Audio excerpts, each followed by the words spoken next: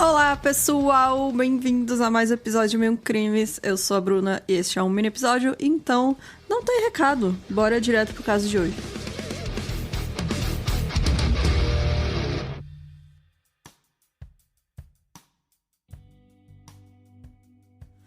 Na segunda-feira, 15 de novembro de 2004, um oficial de justiça do estado de Nova York foi mandado para a casa de Peter e Joan Porco. O Peter era um funcionário do Tribunal da Divisão de Apelação do Estado e ele não tinha aparecido no escritório dele em Albany naquela manhã. Ao entrar na casa, o policial descobriu o corpo encharcado de sangue de Peter perto da porta da frente. O legista ia determinar mais tarde que o Peter, de 52 anos, tinha sofrido ferimentos graves na cabeça que causaram a sua morte. A Joan Porco, que era a esposa dele, logo em seguida foi descoberta pelos policiais. Ela estava deitada na cama, ensanguentada do casal e sofreu traumatismo craniano e facial graves. A Joan perdeu o olho esquerdo e uma parte do crânio nesse violento ataque que sofreu, mas ela sobreviveu. A arma do crime foi um machado de bombeiro, né, que os bombeiros usam para quebrar portas. Esse machado pertencia à família, né, e ele foi usado nesse ataque. E o machado foi encontrado no quarto do casal. Enquanto a Joan era levada às pressas para uma cirurgia de emergência, a polícia rapidamente concentrou a investigação em Christopher, que era o mais novo dos dois filhos do casal, e ele era um estudante da Universidade Rochester, que fica a 370 quilômetros de distância. Ele estava na universidade quando os corpos dos pais dele foram descobertos e ele foi notificado acidentalmente por uma repórter, porque ela entrou em contato com um colega de quarto dele para conseguir informações sobre a família. Porque afinal a polícia já suspeitou dele, então eles queriam falar com ele, né, antes que ele soubesse de tudo. Que os corpos tinham sido encontrados, no caso, né, e ele ficou sabendo antes. E aí naquele mesmo dia ele foi até Nova York e foi questionado pela polícia. Enquanto a Joan estava recebendo tratamento para os ferimentos dela, teve um detetive chamado Christopher Bowdish que foi visitar ela para perguntar se ela conseguia identificar quem tinha atacado eles. Esse detetive, ele contou em depoimento que quando ele perguntou para ela se teria sido algum membro da família que fez isso, ela fez que sim com a cabeça. Ele perguntou se havia sido Jonathan, que era o filho mais velho, e ela balançou a cabeça dizendo que não, mas ela concordou com a cabeça quando ele perguntou se tinha sido Christopher. E assim, a investigação focou apenas no Christopher. A polícia meio que, assim, não tentou ir atrás de nenhum outro suspeito. Eles se concentraram no Christopher. Então, os detetives foram enviados para a universidade onde ele estudava para questionar seus colegas e amigos sobre o paradeiro dele nesse dia do assassinato do pai dele e o ataque da mãe, né? Durante as investigações, as autoridades determinaram que o Christopher tinha um histórico de comportamento antissocial e que também incluía umas coisas muito suspeitas aí, que eram arrombamentos na casa dos pais dele. Em 2005, os detetives viajaram para San Diego, na Califórnia, para recuperar um laptop que ele tinha roubado dos pais em um arrombamento em 21 de julho de 2003.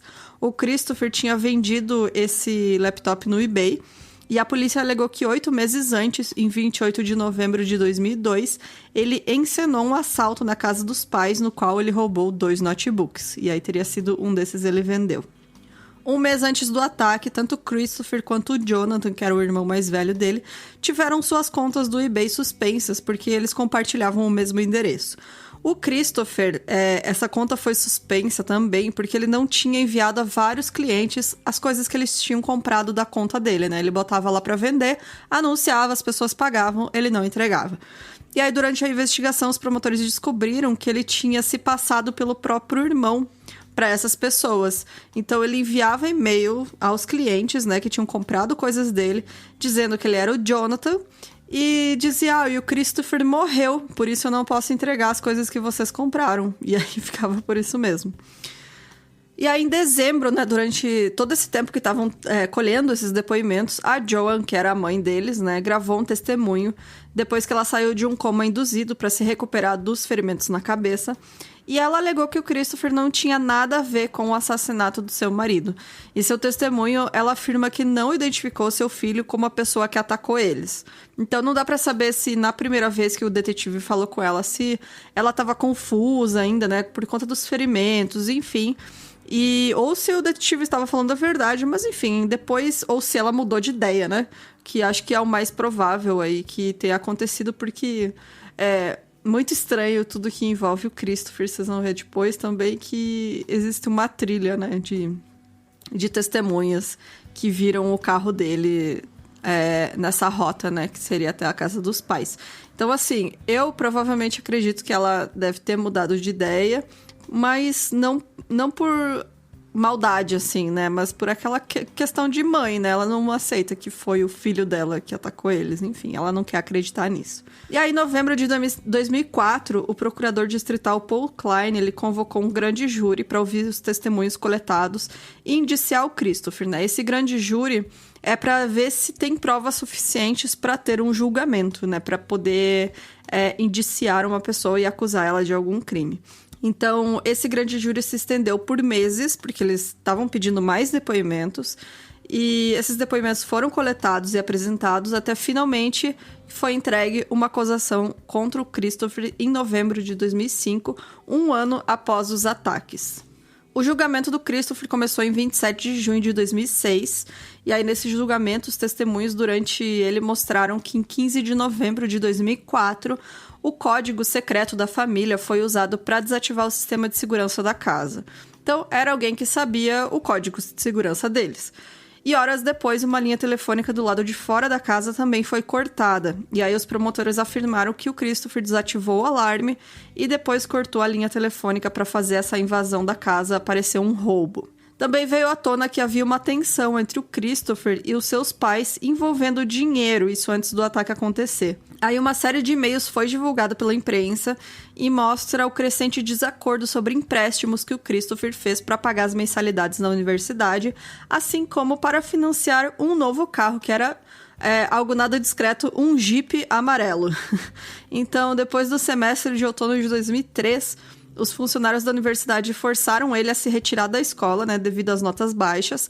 E aí, quando ele foi readmitido no ano seguinte, ele fez um empréstimo de mais de $30 mil para pagar suas despesas.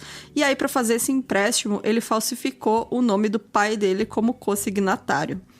E aí, sem o conhecimento dos pais, ele também estava tentando pagar essas mensalidades de outono de 2004 com uma parte do empréstimo que ele tinha recebido. E aí, no início de outono, ele tinha dito aos pais que tinha sido readmitido na universidade, depois que a escola falou que um professor tinha perdido o exame dele. E aí, por isso, ele foi readmitido. E aí, o Peter e a Joan tinham a impressão de que essas mensalidades seriam cobertas pela faculdade, afinal, tinha sido o erro deles.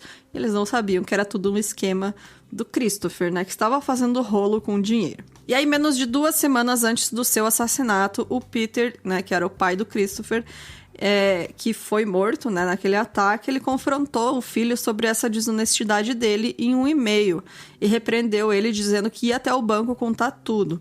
No dia seguinte, ele também descobriu que ele tinha não só feito um empréstimo para pagar as dívidas da faculdade, com, né, essa assinatura falsa, ele fez outro empréstimo para comprar o Jeep amarelo dele. Então, ele também tinha forjado a assinatura para isso, né? O Peter escreveu um e-mail para o filho que não estava atendendo os telefonemas dele ou da Joan há semanas. E aí, nesses e-mails, ele ameaçava apresentar declarações de falsificações caso o Christopher continuasse a forjar a assinatura dele para conseguir dinheiro. No mesmo e-mail, o Peter disse para o Christopher que ele era bem-vindo para voltar para a casa da família, para eles conversarem, e ele termina o e-mail dizendo o seguinte: podemos estar desapontados com você, mas sua mãe e eu ainda amamos você e nos preocupamos com seu futuro. Então, era realmente uma família que, assim, eles estavam dispostos a resolver tudo, sabe? Ele ameaçou de contar tudo pro banco e tal, e falou, ó, você não vai ficar por isso mesmo, sabe? Você tem que arcar com as consequências do que você fez de errado. Então, ele queria conversar com o Christopher, mostrar, né, tudo que ele tinha feito errado, para eles tentar resolver toda essa situação, esse rolo financeiro, né? E aí, o Christopher, ele alega que na noite de 14 de novembro de 2004, ele se retirou para um dormitório na universidade, né, de Rochester para dormir e só acordou na manhã seguinte. Mas, né, durante o julgamento, a promotoria mostrou que eles trouxeram diversas testemunhas que afirmaram terem visto o carro dele, que era o Jeep amarelo, na estrada, né, até a casa dos pais dele, ou estacionado em frente à casa dos seus pais naquela madrugada. Um vizinho dos pais dele viu o Jeep estacionado na frente durante a madrugada, e tiveram 2 testemunhas que eram operadores de pedágio na estrada, e eles lembravam claramente de terem visto um Jeep amarelo durante aquela noite, né? E também tinha as câmeras de segurança da universidade que captaram o Jeep, que, né, era a descrição do carro dele, saindo do campus às 22h30 de 14 de novembro e voltando às 8h30 da manhã seguinte. Além disso, né, nenhum estudante lembrava de ter visto Christopher dormindo nos dormitórios da universidade naquela noite que ele falou que estava. Teve também depoimento de vários psicólogos e professores de saúde mental que deram entrevistas para o jornal Times Union que o comportamento do Christopher era consistente com o de um sociopata. Isso porque eles se concentraram principalmente em um padrão consistente de mentiras que ele contava, porque ele sempre queria convencer os amigos e conhecidos de que ele era de uma família muito rica e influente, então ele ficava inventando história. E aí o que mais chamou a atenção de todo mundo no julgamento, tanto da imprensa quanto das pessoas que estavam acompanhando, era a Joan, né, a mãe do Christopher, que ela estava com o rosto desfigurado pelo ataque, né, que ela tinha sobrevivido, e ela ficou ao lado do filho e afirmou que ele era inocente. E para a defesa alegou que a polícia não investigou outras possibilidades, focando apenas em Christopher e ignorando outras possíveis pistas. Para eles, uma pessoa que deveria ter sido alvo de investigação era o tio do Peter, né, seria o tio-avô do Christopher, um homem chamado Frank Porco. Ele era um dos chefões da família Bonanno, que era uma das famílias da máfia italiana de Nova York. E ele já tinha sido preso por extorsão e lavagem de dinheiro. E o apelido dele era Bombeiro. E aí essa seria a conexão da promotoria, né? A arma do crime, que era um machado de bombeiro. Mas assim, não tem prova nenhuma de que o pai dele... Eles dizem que o pai dele teria sido morto por retaliação, né? Que alguém teria matado para atingir o Frank Porco, enfim, mas não se tem confirmação de que isso realmente tenha acontecido. E aí, na manhã de 10 de agosto de 2006, quase 2 meses desde o início do julgamento, o júri iniciou as deliberações e mais tarde naquele dia o Christopher foi considerado culpado de assassinato em 2º grau e tentativa de homicídio. Em 12 de dezembro de 2006, o juiz Jeffrey Berry sentenciou ele a 50 anos de prisão por cada acusação, com um mínimo de 50 anos, né, para cumprir pena. Então, ele está preso, né, na Clinton Correctional Facility. Ele já tentou apelar várias vezes, mas todas as apelações dele não foram aceitas. Ele pode ter liberdade condicional. Ele está apto a condicional, né, em dezembro de 2052.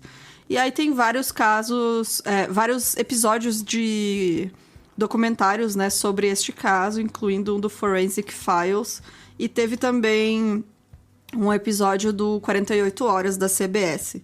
E teve também um filme da Lifetime, feito em 2013, que é chamado Romeo Killer, a história de Chris Porco. E o Christopher tentou processar eles para isso não ir ao ar, mas, né, para não ser lançado esse filme, mas acabou perdendo. Então, tá aí. Não sei se é bom. O filme da Lifetime não é muito confiável, né? Então, comenta aí se você assistiu. Mas o Forensic Files é muito bom e o 48 Horas também faz um trabalho bem bacana. Então, fica aí a indicação caso você queira mais detalhes sobre esse caso. E se você tiver indicação de caso, manda pra gente no e-mail milcrimes@gmail.com. Lembrando que no episódio da semana que vem, a gente tem a segunda parte do Bonnie e Clyde e a gente vai ler os recadinhos amorosos de vocês. Manda pra gente na caixinha que vai ter no Insta ou por e-mail, né? Se você tiver qualquer declaração de amor, se você está à procura de um amorzinho para esquentá-lo neste inverno, manda lá pra gente. E é isso, pessoal. Até semana que vem. Tchau, tchau.